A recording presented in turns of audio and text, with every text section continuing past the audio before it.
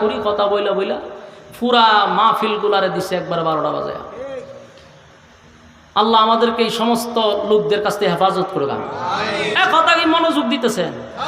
এই সূরার শুরুতে 2টা কসম, এখন 2টা কসম করে আল্লাহ কি বললেন যে আমি আপনাকে ভুলি নাই। মূল কথা হলো কেউ যদি আপনার সঙ্গে অভিমান করে, আপনার সাথে যদি বন্ধুত্বের রাগ হয়, বন্ধুদের সাথে বন্ধুর অভিমান হয়, তখন রাগ ভাঙানোর জন্য যা যা করা দরকার মানুষ তা করার চেষ্টা করে। ঠিক এই প্রতিটা আয়াতের দিকে আপনি লক্ষ্য করে দেখেন, আল্লাহ নবীর আল্লাহ খুশি করার জন্য প্রতিটা আয়াতে কি পরিমাণ কথা বলছে। প্রতিটা আয়াতেই ছিল নবীরে শুধু খুশি করার জন্য। আমার আয়াতের দিকে একটু লক্ষ্য করেন। ওয়াদ্দুহা মানে সূর্যের আলোর কসম, আপনার চেহারার কসম। ওয়াল্লাইলি ইযা সাজা আপনার চুলের কসম। মা ওয়াদ্দাকা রাব্বুকা ওয়া মা ক্বালা আপনার রব তো আপনাকে ভুলে নাই। কসম কসম আপনার রব আপনাকে ভুলে নাই। তার মানে নবী দুঃখিত ছিল, মানুষ বলছিল যে আপনাকে ভুলে গেছে, আল্লাহ কয় কসম কসম ভুলি নাই। এরপর আয়াতে কয় ওয়ালাল আখিরাতু খায়রুল লাকা মিনাল উলা, বন্ধু দুনিয়ায় যা দিছি এর থেকে কোটি গুণ পরকালে বরাদ্দ রাখছি।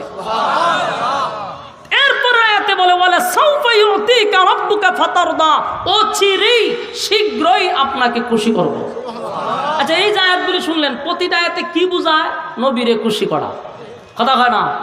তার মানে সূরা দুহা পুরাটাই নবীরে খুশি করালে নাজিল করছে, সান্ত্বনা দেওয়ার জন্য নাজিল করছে। আল্লাহ বলেন ওয়ালা সাউফা ইউতিকা রাব্বুকা ফাতারদা, খুব শীঘ্রই আপনাকে আমি খুশি করব। এরপরে কি বলেন? আলাম ইয়াজিদকা ইয়াতীমান ফাআওয়া, আল্লাহ কয় আপনি কি এতিম ছিলেন না? আপনাকে আমি এতিম অবস্থায় পেয়েছিলাম। এই কথাগুলি কেন বলতেছে এরপর একটু বুঝাবো। এর আগের আয়াতগুলো তো বুঝতে পারছেন। এখন শুনেন, আল্লাহ অতীত তুল্য ধরতেছে। অতীত তুলে কেন? কোনো বন্ধু যদি আপনার সাথে রাগ করে, বন্ধু যদি কয় তুই আমার কোনো উপকারে আসস নাই, তুই আমার ক্ষতি করছস, তখন বন্ধু অতীতের কিছু কথা তুইলা ধরে যে তোর তো কিছুই ছিল না দোস্ত, আমি তোরে এই করছি, তোরে টাকা পয়সা দিছি, তোর লেখাপড়া করাইছি, তোর এটা কিনা দিছি, তোর মোবাইল ছিল না মোবাইল কিনা দিছি। অতীত বইলা তারা স্মরণ করাইয়া দেয় যে আমি তোর কত প্রিয় বন্ধু, বুঝতে পারছস? কথাখন ঠিক নেই, এই জন্য অতীত বইলা তারা বোঝায়। আল্লাহ কয় আলাম ইয়াজিদকা ইয়াতীমান ফাআওয়া, আপনাকে কি আমি এতিম অবস্থায় পাই নাই? আমি তো আপনার এতিম অবস্থায় পাইছিলাম। এতিম থেকে কি আমি আপনাকে আশ্রয় দেয় নাই? বলো নবী এতিম ছিল কিনা? আল্লাহ ভাই আপনি এতিম ছিলেন, আমি আপনাকে আশ্রয় দিছি, তো বুঝলে গেলাম কেমনে? এরপর আল্লাহ বলেন ওয়াওয়াজাদাকা দাল্লান ফাহাদা, এবং আমি আপনাকে পথ হারা অবস্থায় পেয়েছি। পথ হারা অবস্থা মানে এই যে লোকটার মা না থাকে, বাবা না থাকে, গার্জিয়ান না থাকে রে, এই ছেলেটা টুকাই হয়, কথা হয় না? এই ছেলেটা লেখাপড়া করে না, মাও নাই, বাবাও নাই, গার্জেন নাই, ছেলেটা খারাপ হয়, টুকাই হয়, হিরুঞ্চি হয়, ঠিক নেই? আল্লাহ কয় আপনার মা নাই, বাবা নাই, আত্মীয় স্বজন আপনার কাছে নাই, আমি আল্লাহ আপনার নিঃস্ব অবস্থায় পথ হারা অবস্থায় পেয়েছি। বন্ধু আপনাকে আমি পথ দেখায়া দিছি, আমি আপনাকে নষ্ট হতে দেই নাই, আমি আপনাকে স্নেহের চাদর দিয়া ডাইকা রাখছি, পথ হারা হইতে আপনাকে দেই নাই। এরপর আল্লাহ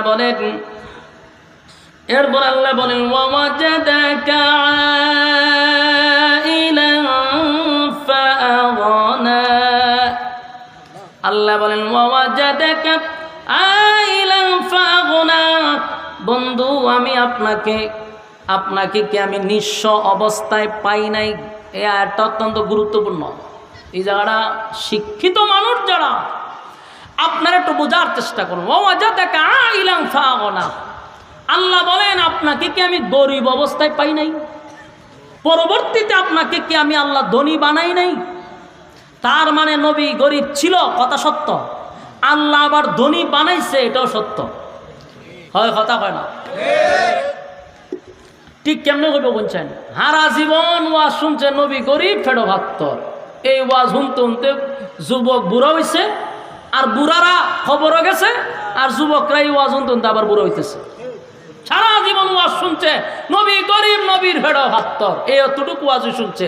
পরে রংসা আল্লাহ বলেন, আপনাকে আমি ধনী বানাইছি, এই কথাটা আর পাবলিকরে শোনায় না। আফসুস, আমাদের দেশের অনেক আলোচকদের আলোচনা শুনলে আফসুস লাগে। আল্লাহ বলেন, আপনি গরিব ছিলেন, আপনাকে আমি ধনী বানাইছি। তো সারা জীবন দিয়ে শুনলাম নবী গরিব হয়েছিল, ধনী শব্দটা তো শুনিই নাই আমরা। এই ওয়াজ কইরা কইরা ক্ষতিটা কি করছে জানেন? ক্ষতিটা আজকে কি পরিমাণ করছে। গরিব বইলা বইলে ইসলামটারে একেবারে ফকির মিসকিনের জায়গাত না বসায় দিছে। ইসলাম মানেই গরিব, ইসলাম মানেই তালিযুক্ত, ইসলাম মানেই ভেড়া ভাত্তর, এটা শোনায় মানুষে খাওয়াইছে। এখন কোনো আলেম যদি শানদার গাড়ি দিয়ে আসে, দামি কাপড় পরে, হয় দেখছো নবীর ভেড়া ভাত্তর ছিল, হুজুরে দামি গাড়িতে চলে, এই কথা বলার সুযোগ করে দিছে। আমাদের মতো কিছু মৌলবীরা ফেড়ো ভাত্তরের ওয়াজ কইরা হয় হুজুর মানুষ থাকবো, মসজিদও থাকবো, মাদ্রাসা, গাড়ি তুপ্ত করে বালা খাবর পরার তো কথা ছিল না হুজুরের। হুজুর থাকবো গরিবানা সুরাতে ভাঞ্জাবি বিছাতে বললেও উঠবো, আর তসবি একটা হাতও থাকবো, আর কার বাড়িতে মরছে গিয়ে জানাজা ভরাইবো, আর আমরা দাওয়াত দেয় না, গরম ভাত খাওয়াই 100 টাকা ফটো ঢুকাই দিব। এটি বুঝে হুজুরের খাম। সি সি সি সি সি কই নিছে আলেমদেরকে, গাইরতে লাগে না হুজুরদেরও, লজ্জাও করে না এই সমস্ত আলেমদেরও। আলেমরা এই কাজের জন্য নয়। ইমাম শব্দের অর্থ হলো নেতা। নেতা থাকবে সবার উপরে, সমাজের যত বিচার হবে, সমাজের যত সালিশ হবে, সব আলেমরা করবে। আলেমদের নির্দেশনায় দেশ চলবে, ঠিক কিনা বলে? আজকে আমরারে বানাইছে এতিম আর মিসকিনের কাঙ্গালি। একমাত্র কারণ হলো এই মৌলবীরা স্টাডি না কইরা সাপ ব্যাঙ্গের গিচ্ছা গায়া 2 ঘন্টা পাবলিক রে খাইত করে সিট করে ভালাইতে আসে জায়গা। আর বক্তারা বুকতা হয়, বক্তা এদিন খান্দায় গেছে, গাঞ্জা করি কথা বলে খান্দায় গেছে। নবী আপনি গরিব ছিলেন, ধনী বানাইছি, ধনী বানাইছি কথাটা কেন শুনান না? আজকের থেকে শুনেন, আমার নবী শুধু গরিব ছিল না, আমার নবী ধনী ছিল। কেমন ধনী?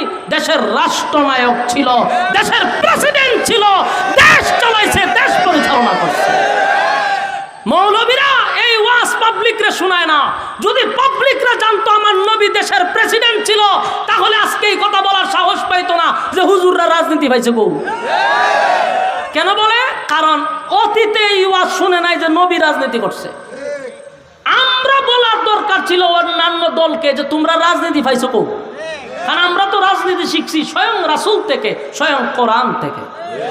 তোরা রাজনীতি পাইলে কইটা আমরা জিগাইতাম ছিলাম, উল্টা আমরারে জিগায়, কারণ আমরার মৌলবীরা প্রকাশ করি নাই।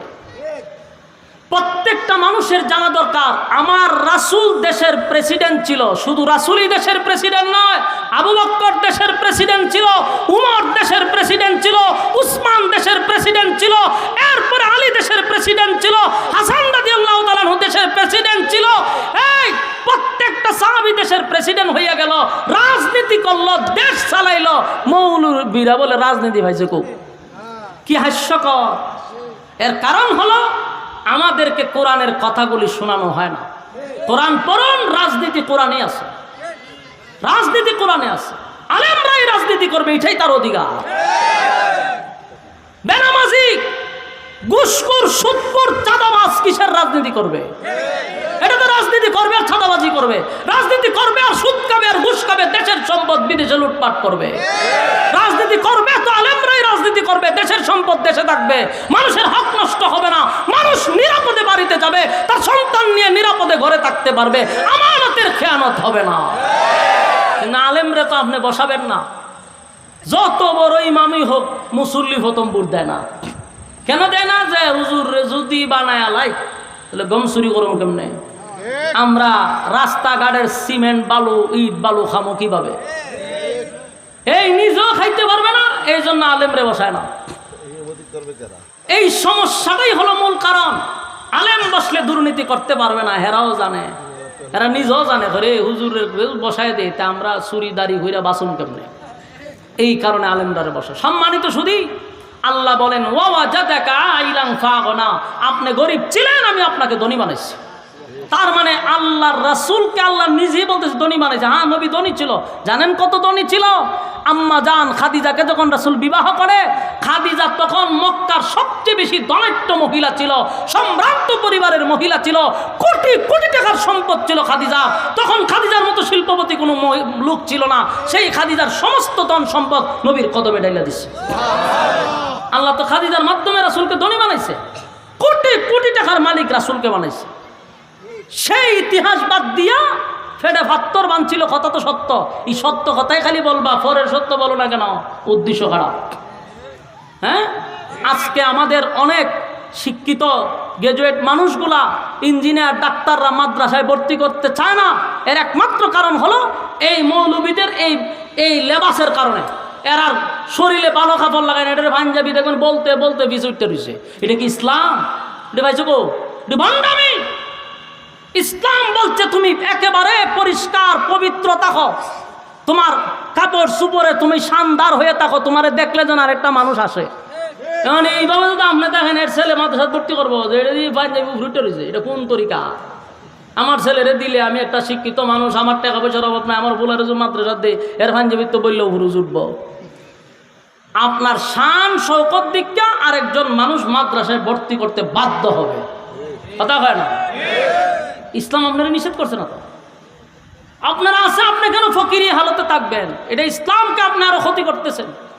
এগুলো দেখে অন্যদের ছেলেকে নিয়ে স্কুলে ভর্তি করে, মাদ্রাসায় ভর্তি করে না। মন মানসিকতা চেঞ্জ করতে হবে।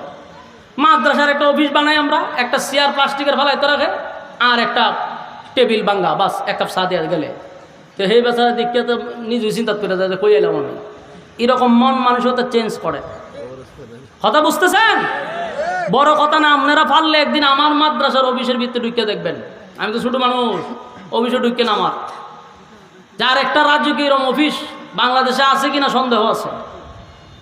আপনি বসবেন, আপনার মাথা নষ্ট করে দিতেইব যে হুজুররাও রুচি আছে, ঢুকেন আমার অফিসে একদিন গিয়া।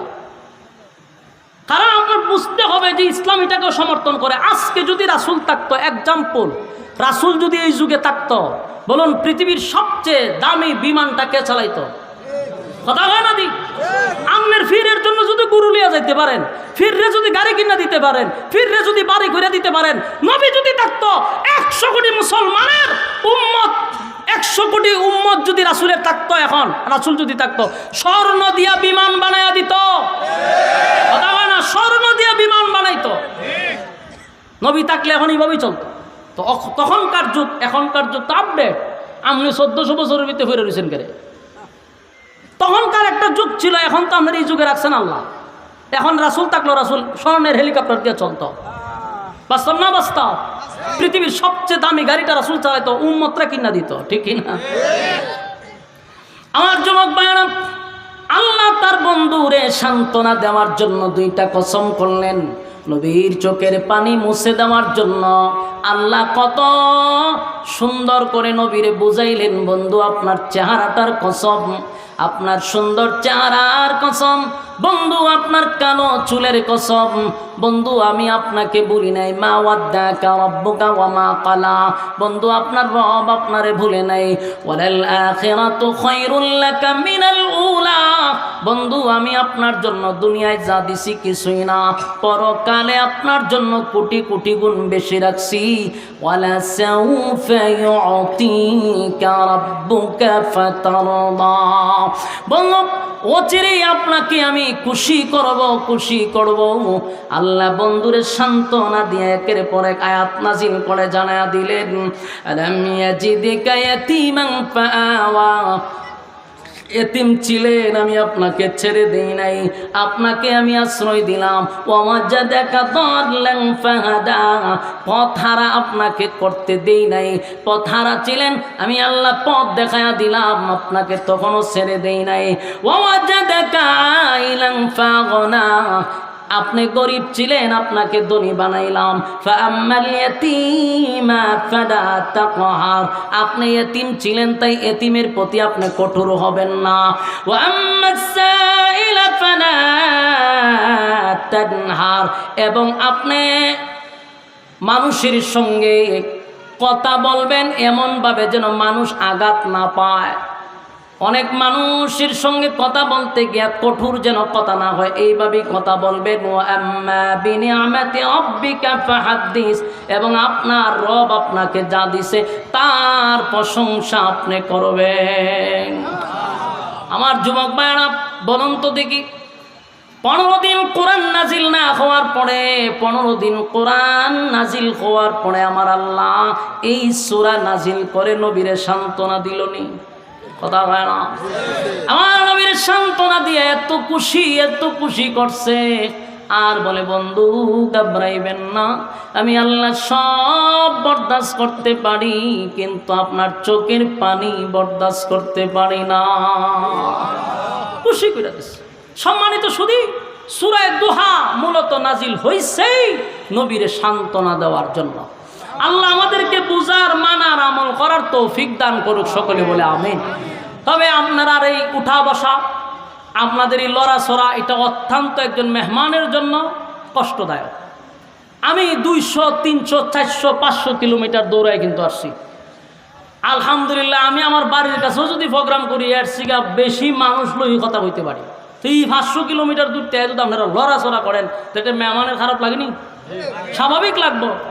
এটা নেক্সট টাইমে আমরা যেন না করি। আল্লাহ বুঝার, মানার তৌফিক দান করুক, আমিন।